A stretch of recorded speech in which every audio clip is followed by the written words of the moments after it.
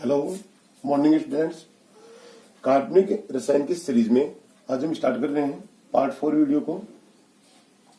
इस वीडियो में जो अपन ने टॉपिक स्टार्ट किया है वो क्रियात्मक समूह, इसे फंक्शनल ग्रुप बोलते हैं।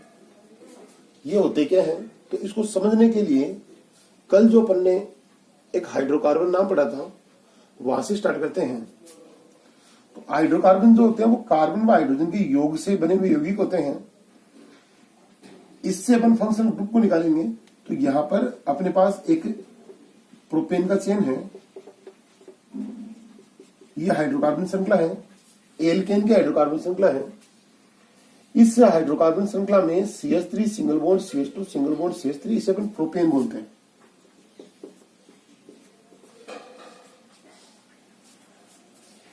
अब इससे अपन क्रियात्मक समूह को समझते हैं।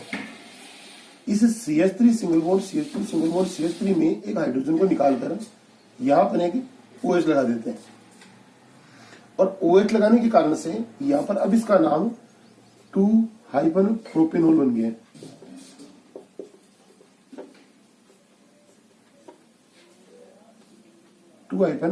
प्रोपेनॉल। तो यहाँ पर जो परिवर्तन आया है वो परिवर्तन इस कार्बन के साथ जुड़े हुए हाइड्रोजन के साथ आया था और वहां पर अपन ने ग्रुप लगा दिया OH। तो ये OH यहाँ पर क्रियात्मक समूह है। एक और डेफिनेशन से, एक और एग्जांपल से देखें। दोबारा से अपने पास एक CH3 single bond CH2 single bond CH2 single bond CH3 का चेन है और इस चेन का जो नाम है वो नाम है ब्यूटेन। यहां भी अपन क्या करते हैं, इस हाइड्रोकार्बन श्रृंखला में दोनों हाइड्रोजन को यहां से निकालकर और कार्बन को ऑक्सीजन के साथ ऐड करते हैं। कार्बन ऑक्सीजन के साथ डबल बॉन्ड के साथ जुड़ता है तो यहां पर C डबल बॉन्ड O का स्ट्रक्चर बनेगा। तो यहां पर ये बीच वाला समूह, ये इसे अपन फंक्शनल ग्रुप कहते हैं। ये कीटोन बन गया है। अब इसका नाम 2-ब्यूटेनोन हो गया है।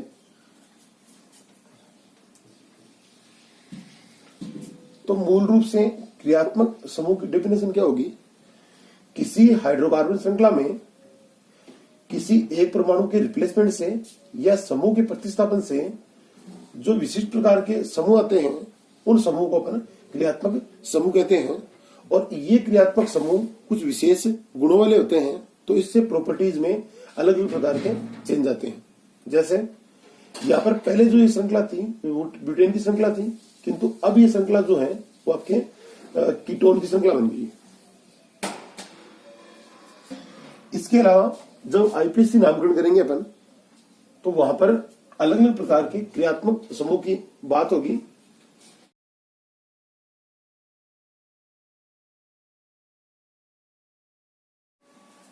इस 2 नंबर के टॉपिक के अंतर्गत अपन बात करेंगे सजातीय श्रेणी होमोलॉगस सीरीज की। ये सीरीज क्या होती है तो इसको समझने से पहले अपन यहाँ पर अपन ने 4 कंपाउंड लिख रखे हैं, मेथेन, एथेन, प्रोपेन और ब्यूटेन। इनके सामान्य सूत्र की बात करें तो इसका सामान्य सूत्र होता है CnH2n+2, क्योंकि सभी की सभी जितने भी हाइड्रोकार्बन श्रृंखलाएं हैं वो एल्केन की श्रृंखलाएं हैं। तो यहाँ पर इसका सामान्य फॉर्मूला जो होगा वो होगा CnH2n+2। इन सीरीज की अगर बात करें तो यहां पर एक CH2 का अंतर आ रहा है और CH2 का कुल अगर अपन अणुभार निकालें तो ये CH2 का अणुभार निकलेगा 14। कार्बन 6 पे तो 6 का डबल 12 और हाइड्रोजन 2 तो ये 14 हो जाएगा पूरा। तो सजातीय श्रेणी क्या होती है, किसी भी हाइड्रोकार्बन श्रृंखला में अगर अपन बात करें तो किसी एक क्रियात्मक समूह या एक ही प्रकार की श्रेणी जिसमें एक CH2 का अंतर आए या जिसके अणुभार में 14 का अंतर आए, वो श्रेणी आपकी सजातीय श्रेणी कहलाती है। जैसे ये सभी की सभी आपकी एल्केन की सजातीय श्रेणी है। एक और बात करें अपन, ये CH3 सिंगल बॉन्ड OH, ये CH3 single bond CH2 single bond OH, ये CH3 single bond CH2 single bond CH2 single bond OH। ये सभी एल्कोहल के एग्जांपल हैं। इसके सामान्य सूत्र की बात करें CN H2n+2O होता है इसका सामान्य सूत्र। तो ये एल्कोहल की आपकी सजातीय श्रेणी है। ये मेथेनॉल, एथेनॉल, प्रोपेनॉल, इसमें भी अंतर जो आ रहा है वो CH2 का अंतर आ रहा है। तो क्रम से ये भी आपकी है कि सजातीय श्रेणी हो जाएगी। सजातीय श्रेणी जो है यहाँ पर, ये जितनी भी श्रेणी है, इन श्रेणी में ये मेथेनॉल, एथेनॉल, प्रोपेनॉल में प्रत्येक सदस्य को अपन सजात कहते हैं। तो ये एक सजात है, ये भी एक सजात है, ये भी एक सजात है। और इस प्रकार की प्रॉपर्टीज जो होती है इसको अपन सजातीयता कहते हैं। तो ये आपकी सजातीय श्रेणी है। ये अलग अलग कंपाउंड्स के लिए अपन अलग अलग प्रकार की सजातीय श्रेणियां निकाल सकते हैं। तो ये एल्कोहल की सजातीय श्रेणी है, ये एल्केन की सजातीय श्रेणी है, कीटोन की सजातीय श्रेणी भी हो सकती है, एल्डिहाइड की सजातीय श्रेणी भी हो सकती है। वो अलग अलग कंपाउंड्स पर डिपेंड करता है। सजातीय श्रेणी की कुछ प्रॉपर्टीज की बात कर लें अपन, तो प्रॉपर्टीज क्या क्या होती है इसकी? तो मूल रूप से प्रॉपर्टीज की बात करें इसकी,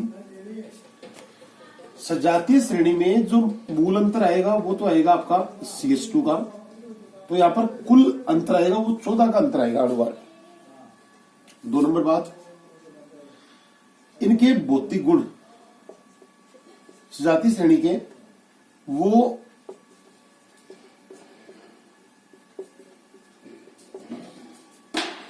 एक सजातीय श्रेणी में जो अलग अलग सजात है, जैसे अभी अपन ने बात किया था, तो यहां पर एक CH4 बनाया था, फिर CH3 सिंगल बॉन्ड CH3 बनाया था, फिर CH3 single bond CH2 single bond CH3 बनाया था। तो इसमें यहां पर जो अंतर आ रहा था वो CH2 का अंतर आ रहा था। तो यहां पर भौतिक गुण जो होते हैं वो इनके अलग अलग क्रमिक रूप से अलग अलग हो सकते हैं, किंतु रासायनिक गुणों के अंदर इसमें समानता मिलती है। तो भौतिक गुण क्या होंगे? अलग अलग होंगे, अलग अलग सजातों के। इसके अलावा रासायनिक गुण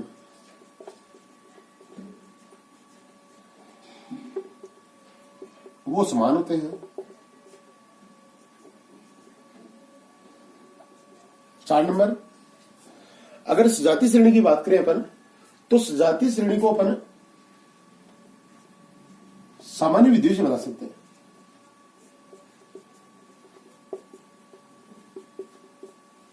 सामान्य विधियों का मतलब क्या है?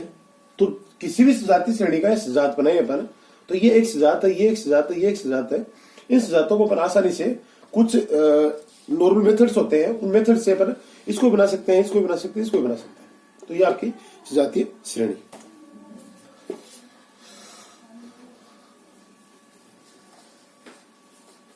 तीन नंबर का जो टॉपिक है, नामकरण। कार्बनिक यौगिकों के नामकरण।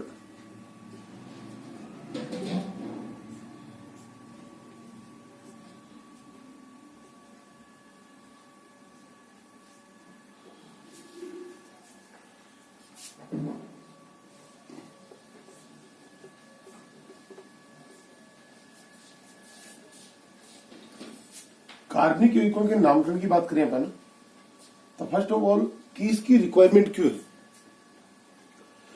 ऑर्गेनिक केमिस्ट्री में लाखों की संख्या में अगर अपन बात करें तो अलग अलग कंपाउंड मिलते हैं। उन कंपाउंड्स की अलग अलग पहचान हो, इसके लिए कार्बनिक यौगिकों के नामकरण किए जाते हैं। और वैसे भी किसी भी कंपाउंड को समझने के लिए उसकी या उसको पहचान करने के लिए उसका नाम होना आवश्यक है, क्योंकि नाम पहचान का आधार होता है और उस आधार पर अपन अलग अलग कंपाउंड्स को पहचान सकते हैं। तो कार्बनिक यौगिकों के जो नामकरण है उसकी मूल रूप से 3 विधियां काम में लेते हैं। कौन कौन सी विधियां हैं? 1 नंबर रूढ़ विधि है या रूढ़ पद्धति है, या इसको अपन सामान्य पद्धति भी कह सकते हैं।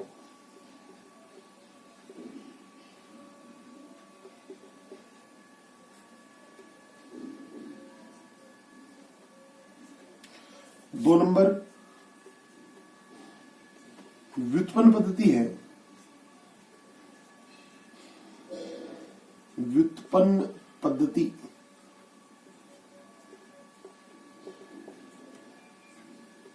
और 3 नंबर IUPAC, IUPAC। ये 3 पद्धतियां हैं। तो कार्बनिक यौगिकों के नामकरण के लिए रूढ़ पद्धति, व्युत्पन्न पद्धति और आईपीएससी पद्धति 3 पद्धतियां हैं।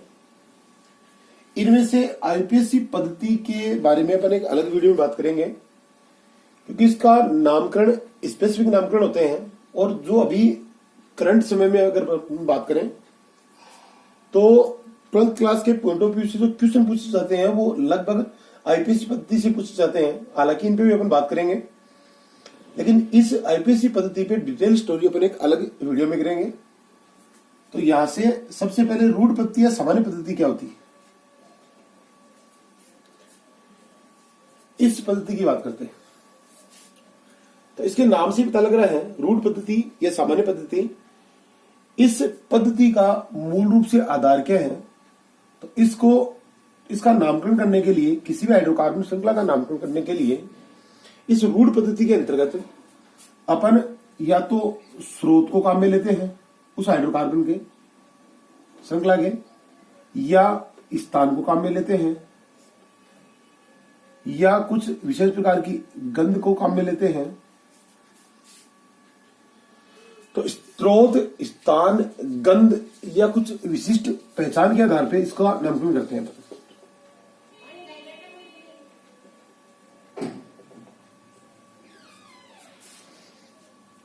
चूंकि ये स्रोत, स्थान, गंध, विशिष्ट पहचान के आधार पर इसके नामकरण निकाले जाते हैं, इसके लिए इनके नामकरण अपने को याद रखने पड़ते हैं। यही इस पद्धति की कमी है, इसीलिए ये पद्धति इतनी ज्यादा पॉपुलर नहीं है। इसके अंतर्गत कुछ नामकरणों को देखते हैं अपन कि इसके नामकरण निकाले कैसे जाते हैं। जैसे अपन बात करें, एक अपने पास CH4 कंपाउंड है, CH4। इसकी अगर बात करें अपन तो यहां से इसका रूढ़ नाम लिखते हैं अपन, रूढ़ नाम, और यहां इसका सोर्स लिखते हैं अपन।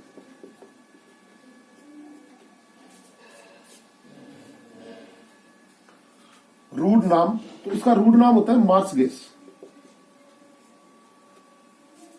अब मार्स गैस क्यों निकाला गया इसका नाम, तो दलदली जो क्षेत्र होते हैं,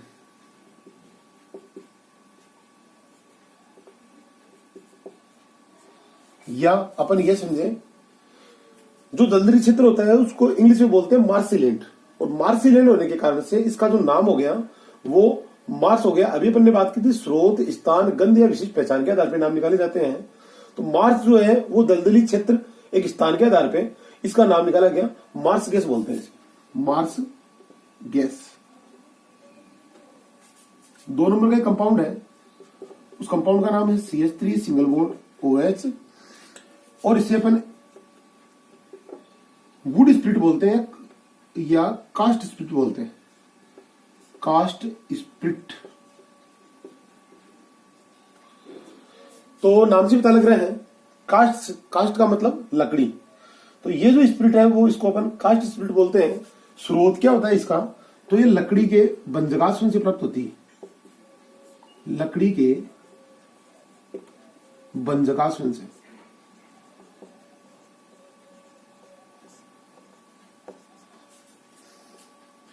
अन्य कुछ कंपाउंड्स की बात करें तो एक अपने पास कंपाउंड है H C double bond O single bond OH, और इसका नाम है फॉर्मिक अम्ल, फॉर्मिक अम्ल। इसका नाम कैसे निकाला गया है, तो ग्रीक वर्ड में फॉर्मिका चिट्टी को बोलते हैं, फॉर्मिका चिट्टी को, और चिट्टी के बंजगाश्वन से इस फॉर्मिक एसिड को प्राप्त करते हैं अपन, इसीलिए इसका नाम हो गया फॉर्मिक अम्ल। ये फॉर्मिका जो है वो चिट्टी का नाम है, इसके आधार पर इसको अपन फॉर्मिक अम्ल बोलते हैं। इसके अलावा एक कंपाउंड की बात करें अपन तो यहां से अपने पास एक कंपाउंड है NH2 single bond C double bond O single bond NH2। यहां पर 2 लोन पेयर आएंगे, एक यहां और एक यहां नाइट्रोजन पे। इसका जो नाम है वो नाम है यूरिया,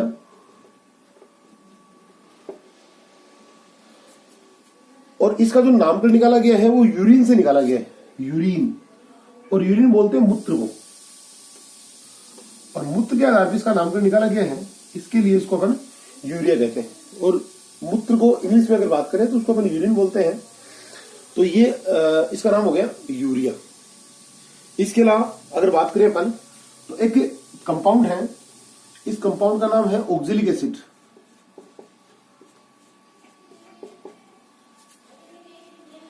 ऑक्जेलिक एसिड, ऑक्जेलिक अम्ल। और ऑक्जेलिक अम्ल ऑक्जेलिस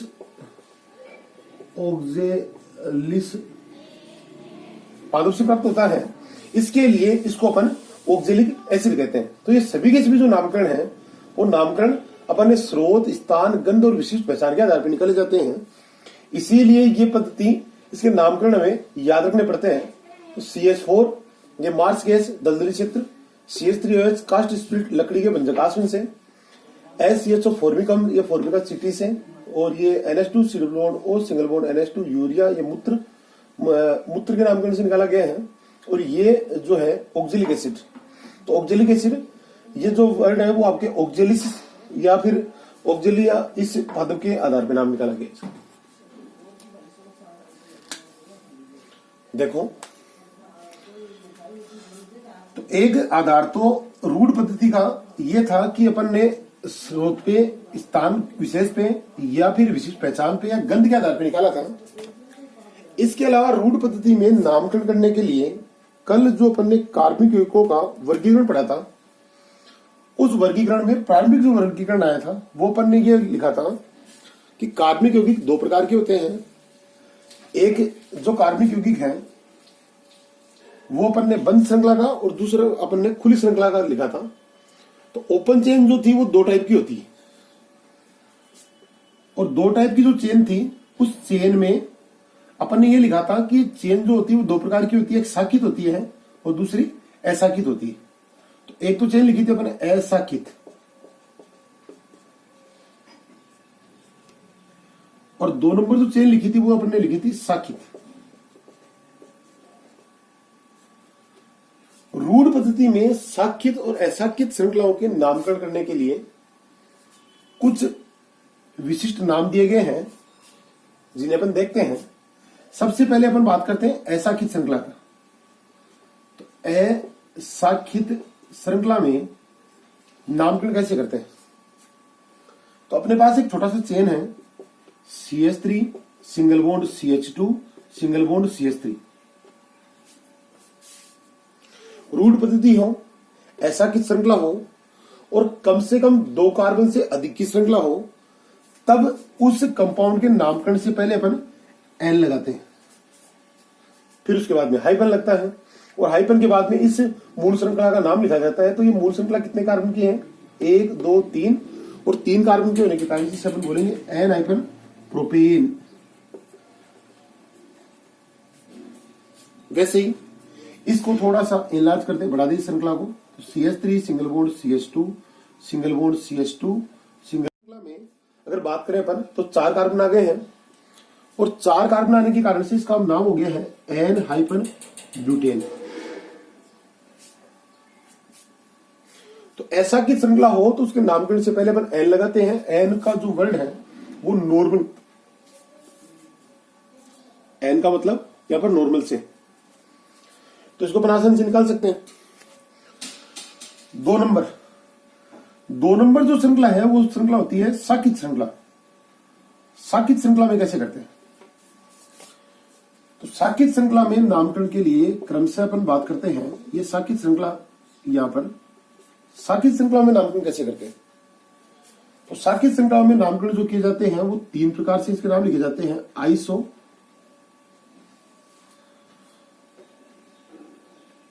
नियो और 3 डिग्री,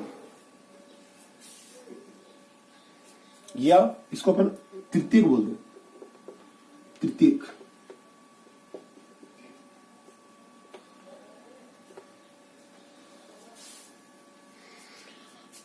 तो सबसे पहले आइसो की चेन किसे बोलेंगे हम? यदि किसी श्रृंखला में इस प्रकार से चेन बने CH3 CH single bond CH2 single bond CH3, तो इस प्रकार की मूल श्रृंखलाएं इस CH3 single bond CH single bond CH2 और उसके ऊपर या नीचे की तरफ अगर वहां पर कोई ग्रुप लगा हुआ हो, कोई समूह लगा हुआ हो, तो उसके नाम को अपन आइसो से डिनोट करते हैं और क्रमशः यहां पर जितने भी कार्बन है सभी का नाम लिखा जाता है। तो ये जो चेन हो गई है वो आपकी आइसोब्यूटेन की चेन हो गई है,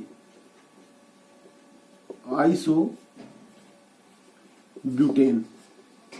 सभी कार्बन काउंट होते हैं इसमें। इस श्रृंखला को थोड़ा सा बढ़ाते हैं अपन और इसको CH2 सिंगल बॉन्ड यहां से थोड़ा सा चेंज करके और इसको कर दो CH3। अब कितने कार्बन की चेन हो गई है? तो यहां पर 1 2 3 4 और ये 5। तो यहां पर ब्यूटेन की जगह क्या आ जाएगा? अब ये पेंटेन हो जाएगा, आइसो पेंटेन, आइसो पेंटेन। तो मूल श्रृंखला में अगर नीचे की तरफ आपका कोई एक समूह लगा रहे और सीधी श्रृंखला है तो उसके लिए अपन नाम लेंगे आइसो। 2 number neo. तो नियो जो चेन है उस चेन में क्या होगा? यहां पर तो एक कार्बन जो जुड़ा हुआ था वो कार्बन यहां से अगर बात करें अपन तो 1 2 और 3 कार्बन से जुड़ा हुआ था। इसके अंदर अगर बात करें अपन नियो में क्या होगा? नियो में एक कार्बन 4 कार्बन से जुड़ा होता है। ये CH3 CH3 CH3 और CH3 और ये भी आपकी ब्रांच चेन है क्योंकि ऊपर और नीचे ब्रांचें निकली हुई हैं। तो इसको अपन बोलते हैं नियो और यहां भी सभी कार्बन काउंट होते हैं। तो 1 2 3 4 और ये 5। तो इसका नाम हो जाएगा नियो पेंटेन।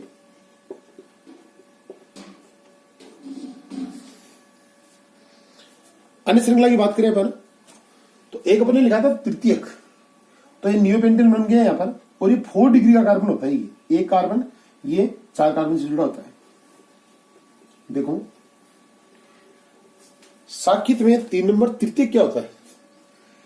एक कार्बन है और वो कार्बन 3 डिग्री से जुड़ा हुआ हो। तो यहां पर अगर अपन बात करें तो एक कार्बन से 3 कार्बन ऐड है। इस प्रकार से यहां से अगर बात करें अपन तो यहां से अपन ने एक OH लगा दिया। चूंकि ये OH है वो एल्कोहल का ग्रुप है या एल्कोहल का फंक्शनल ग्रुप है और यहां पर ये कार्बन 3 कार्बन से जुड़ा हुआ है तो इसको अपन बोलेंगे तृतीयक। फिर यहां पर कार्बन की श्रृंखला कितने कार्बन होंगे यहां पर? तो 1 2 3 और ये 4। तो ये हो जाएगा तृतीयक ब्यूटिल और यहां पर OH के लिए एल्कोहल नाम आएगा, एल्कोहल। तो ये एल्कोहल हो जाएगा। तो ये आपका तृतीयक ब्यूटिल है। तो साकित श्रृंखलाओं के जब भी नामकरण निकाले तो वो आइसो नियो और तृतीयक या द्वितीयक ब्यूटिल द्वितीयक के आधार पर निकाले जाते हैं।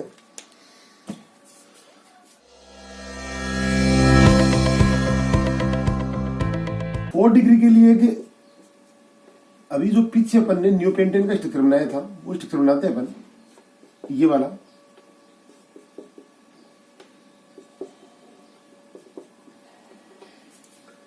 तो सबसे पहली बात तो यहां पर एक 4 डिग्री कार्बन दिखाई दे रहा होगा। एक कार्बन 4 कार्बन से जुड़ा हुआ है तो इसको अपन बोलेंगे 4 डिग्री। जबकि बाहर वाले कार्बन इस एक से जुड़े हुए हैं तो इसको अपन 1 डिग्री, इसको भी 1 डिग्री, इसको भी 1 डिग्री, इसको भी 1 डिग्री बोलेंगे। तो यहां से डिग्री निकालें अपन। 1 डिग्री बराबर कितने होंगे? 1 2 3 और ये 4 कार्बन है 1 डिग्री। और 2 डिग्री कितने होंगे? तो 0। 3 डिग्री कितने होंगे? 0। 4 डिग्री कितना होगा? तो 1 कार्बन आ रहा है यहाँ पर। और टोटल कार्बन की संख्या कितनी आ रही है? 5। तो 4 तो हो रहे हैं 1 डिग्री और 1 हो रहा है आपका 4 डिग्री। एक चीज और अभी मैंने बोला था कि जिस डिग्री कार्बन से हाइड्रोजन जुड़ा होता है उसको अपन डिग्री हाइड्रोजन बोलते हैं। 1 डिग्री हाइड्रोजन संभव है, 2 डिग्री हाइड्रोजन भी संभव है, 3 डिग्री हाइड्रोजन भी संभव है, 4 डिग्री हाइड्रोजन नहीं होता। इसका ध्यान रखना है। और इसका कारण भी है, यहां देखो इस कार्बन से 4 संयुक्ताएं जुड़ने के बाद में यहां पर कोई भी हाइड्रोजन ऐड नहीं होगा तो ये 4 डिग्री हाइड्रोजन नहीं होगा। 4 डिग्री कार्बन होगा किंतु 4 डिग्री हाइड्रोजन नहीं होगा। इसका अपने को ध्यान रखना है। लास्ट जो पद्धति है उस पद्धति की अगर बात करें तो वो पद्धति है व्युत्पन्न पद्धति। बहुत सिंपल पद्धति है, ये कुछ विशेष नहीं है। बस इसके लिए आपको इतना ध्यान रखना है, जनक को आधार बनाते हैं।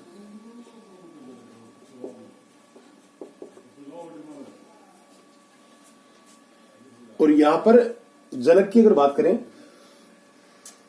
तो अभी अपन ने सजातीय श्रेणी पढ़ी थी। उस सजातीय श्रेणी के अंतर्गत अगर अपन बात करें तो सजातीय श्रेणी में अलग अलग प्रकार के सजात आए थे। यहां पर कुछ एग्जांपल लिखते हैं अपन उसके, जैसे अपन एक एल्केन का सजात लिखते हैं।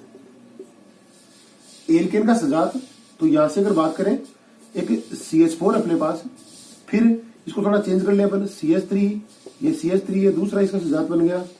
फिर एक सजात और बना ले इसका CH3 CH2 CH3, ये इसका सजात बन गया। नामकरण निकालते कैसे?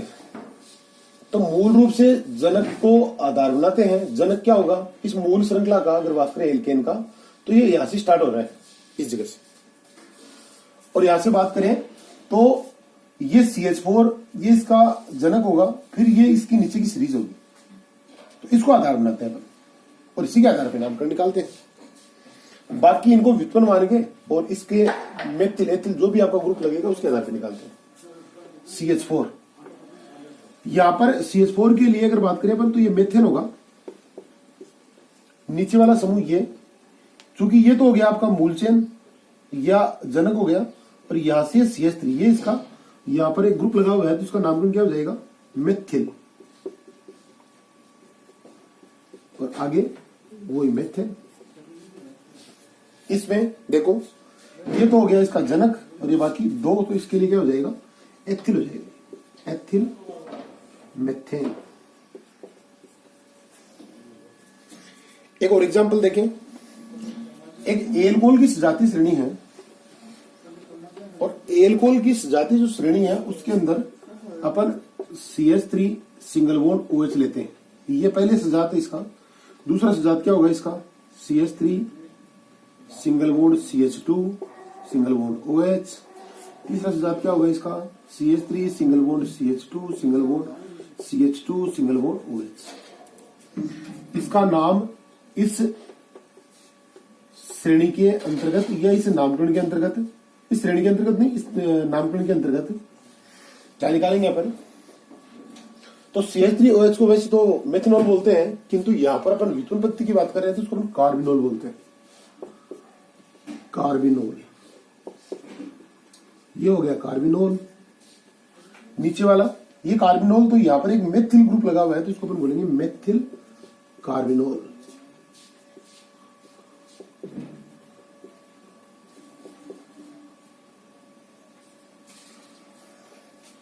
इसी नीचे वाले ग्रुप में ये हो गया मेथिल, ये हो गया कार्बिनोल, और ये हो गया आपका 2 कार्बन का एथिल, तो ये हो गया एथिल कार्बिनोल। कार्बिनोल, इसको अपन एथिल कार्बिनोल बोलेंगे। इसके अलावा अन्य एग्जांपल भी अपन देख सकते हैं। तो एक एस्टिलीन का भी होता है, इससे उसका भी निकाल सकते हैं आसानी से। एस्टिलीन होती है CH3 CH triple bond CH, तो इसको भी निकाल सकते हैं। इसको कैसे निकालेंगे? तो ये तो हो गया एसिटिलीन, एसिटिलीन।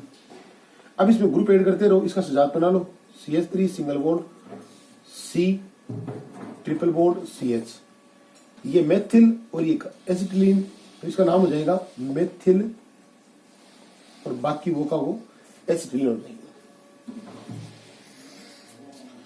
तीसरी जो पद्धति है वो IPSC पद्धति, और IPSC पद्धति के बारे में अपन एक अलग वीडियो में बात करेंगे। तब तक के लिए आप जितना इस वीडियो में मटेरियल आ गया है उसको पढ़ो अच्छे से।